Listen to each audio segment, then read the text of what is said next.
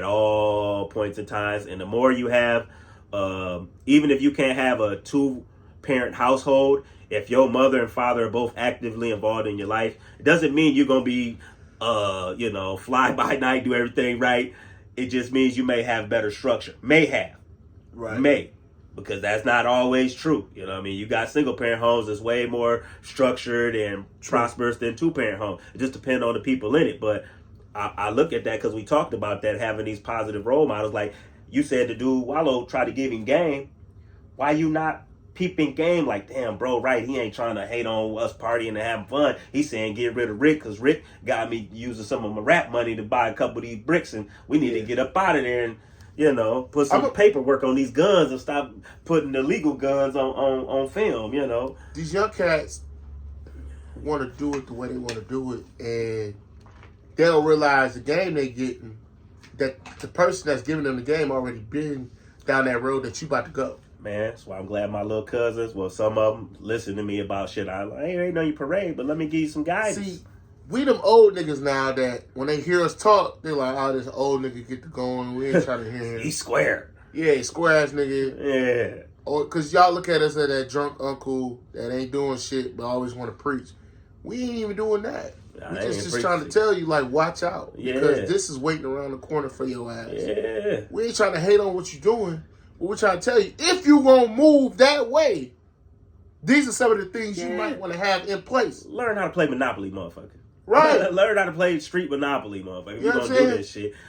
Look, I got a gang of homies, relatives, all that's been in the penitentiary system. From the state jail to the motherfucking regular jail to the feds, you know what I mean?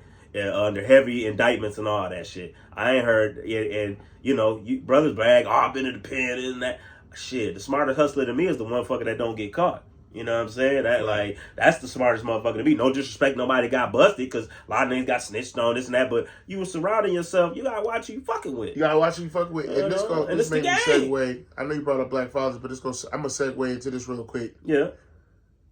Rick Ross, the actual Rick Ross, the one that was out in California selling drugs. He used to walk around looking like a bum, straight bum. He ain't want nobody. Everybody knew he had it. He ain't gotta, everybody. I got it. Operation. Nobody really. The people in the community knew it was him, but he wasn't flashy, so the people on the outside didn't know. Yeah. Who was the Rick Ross and who was the person that was really making all of this money and heading this criminal enterprise? And it was him. He was the true drug baron, and he used to walk around looking like a bum. And he said, I didn't want to be flashy like the other drug dealers that went down before me. That's bingo. You've seen it if you ain't ever watched American Gangster or Frank Lucas. He said he was clean cut, just that, but he wasn't shining like Nicky Barnes. Nicky Barnes wanted to be in the magazines, wanted everybody to see him. No disrespect, Meech. I love y'all, man. Right. But your brother didn't want to be, and you wanted to be in the limelight. Why rap? We do all this rap. Artistic expression. You got the chill, Bill, you know what I mean? But I ain't knocking the hustle shit. Hey. Right. You're doing it big, do you big. But if you're going to do it, but those guys were guys who did it extremely big. Yes. So, you making 50-some million, hey, well, bro, hey. And a lot of this goes to, right, a lot of these men did not have fathers in their life.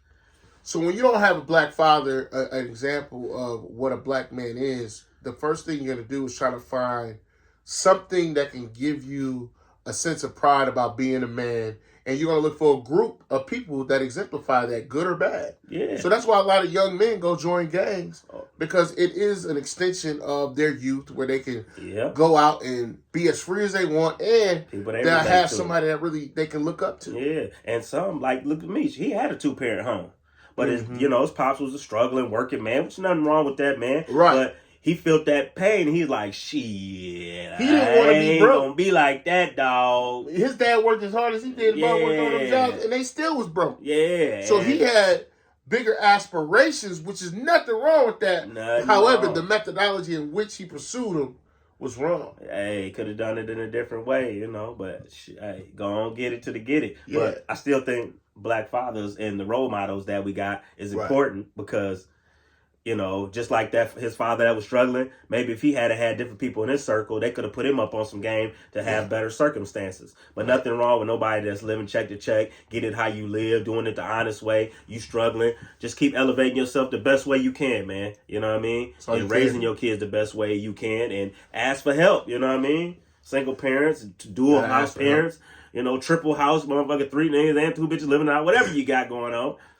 Make it work, man. Because I think it's important, like you talked about yesterday, having that role model. Because we brothers, and we trying to get our young brothers know some game. I ain't perfect, but I'm going to give you some shit so you can avoid some of the pitfalls. You know what I mean? For real.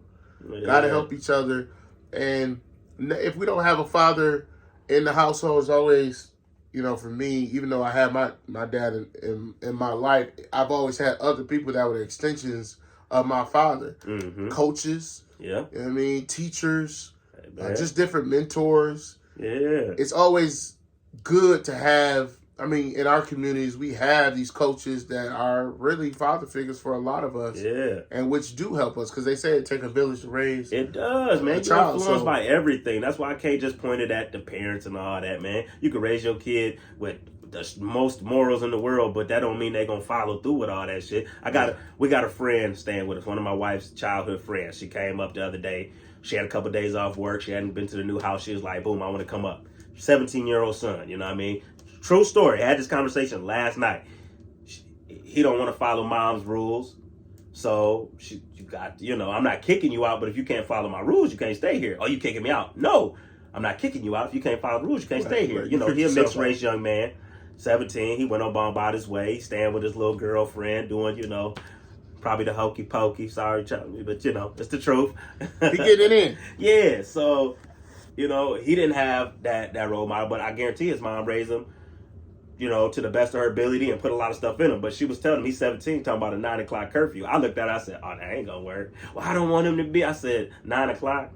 He's 17. I understand you're trying to be strict, but you overly strict, he definitely gonna be trying to. He gonna rebel, man. And at that age, you know, young man, like young man, yeah, like you know. So it's a thin line, man. You know, you can only do this, and you know, I see people how they do their kids, and I ain't saying I'm raising mine the best. I look at all kind of parents and stuff too.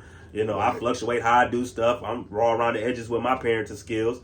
Yeah, but you gotta raise your child the best way you know. And understand that they gonna not always do the things that you want them to do, and that's okay too, because they gotta live their life, you know. But we just trying to give y'all youngsters some of this GAME. Hey man, I gotta get some of this game, man. We're just trying to look out for y'all because we don't want y'all to fall into these traps that's out here, because it's built for y'all to fail. Man, y'all realize it or not. It's built for y'all to be conditioned to not have a conscience, so you make bad decisions and then you end up in prison. Because prison is big business if you didn't know. Oh man, it's financially successful. I mean, now you can do it just like a corporation. Yeah, you can go buy your prison. Yeah, I mean, even we in Little Lansing. There's a little city outside of St. John's. Yes, their jailing system and all that has been owned by one of the judges and some people out there for the last 20-some years. So it's a privately owned. Yeah. Private owned prisons is big, huge business. So when they bust your ass, and they can't make no money unless your ass is in there. Yeah, please believe, man. I had a cousin going through there with child portion. That boy used to rake him through the coals.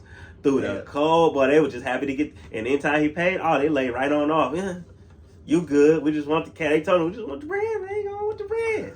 Judge need a new car. Hey, man, y'all better get hit to the game. I don't want no trouble, St. John, in case I roll through there going to the casino. I'm just saying what I heard. Right. Speculation, man. I don't want no trouble. You remember, you got to watch who you talk to. These folk might be listening and watching. Hey, they going to start watching if they haven't started watching. Yeah. And, you're right. You got to watch what you say. Yeah, that's Words it. matter. Words matter. Speaking of what, go ahead, my brother. Yeah, we're going to take our time with the next topic. We're going to take a break here. And then we're going to segue into some NFL news, because there's a lot of things that's been happening. Big news, man. Big news. So we'll be back here shortly. All right. Yo, Ish.